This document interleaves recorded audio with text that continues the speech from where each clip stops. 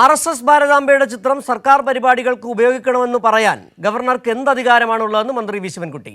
ഇന്ത്യയുടെ ഭരണഘടനയ്ക്ക് മുകളിലല്ല ഗവർണറുടെ പ്രോട്ടോക്കോളെന്നും CPIM കേന്ദ്ര കമ്മിറ്റി അംഗം ഡോക്ടർ TM തോമസ് ഐസക്കും പറഞ്ഞു. ഗവർണർ രാജ്ഭവനെ RSS പ്രചാരണത്തിനുള്ള കേന്ദ്രമാക്കി മാറ്റുന്നത് ശരിയല്ലെന്ന് മന്ത്രി ഡോക്ടർ R ബിന്ദുവും പ്രതികരിച്ചു. രാജ്ഭവനിലെ RSS ഭാരതാംബ വിഷയത്തിൽ രൂക്ഷമായ പ്രതികരണമാണ് ഉയരുന്നത്. ഗവർണറുടെ ഔദ്യോഗിക വസതി RSS ശാഖയാക്കി മാറ്റാനുള്ള നീക്കം അനുവദിക്കാൻ കഴിയില്ലെന്ന് മന്ത്രി വി ശിവൻകുട്ടി പറഞ്ഞു.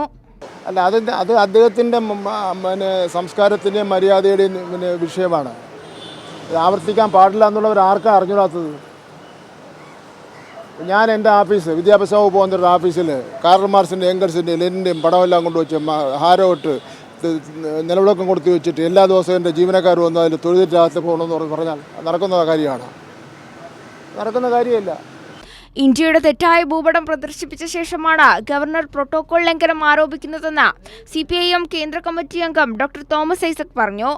ഈ പ്രോട്ടോകോളിനൊക്കെ മുകളിലാണ് ഇന്ത്യൻ ഭരണഘടന സംരക്ഷിക്കാനാണ് മന്ത്രിസഭ പ്രതിജ്ഞയെടുത്തിട്ടുള്ളത്.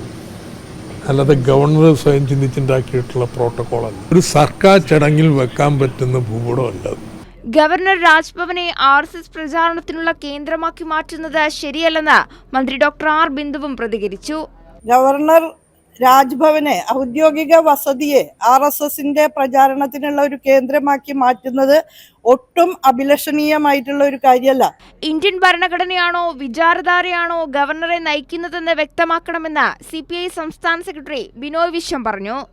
ഒരു ഗവർണർക്ക് വഴികാട്ടിയാകേണ്ടത് അദ്ദേഹത്തിൻ്റെ സ്വയംസേവക ജീവിതത്തിലെ അടിത്തറയായ ബഞ്ച് ഓഫ് തോട്ട്സ് ആണോ അതോ ഇന്ത്യയുടെ ഭരണഘടനയാണോ എന്ന് അദ്ദേഹം തീരുമാനിക്കണം.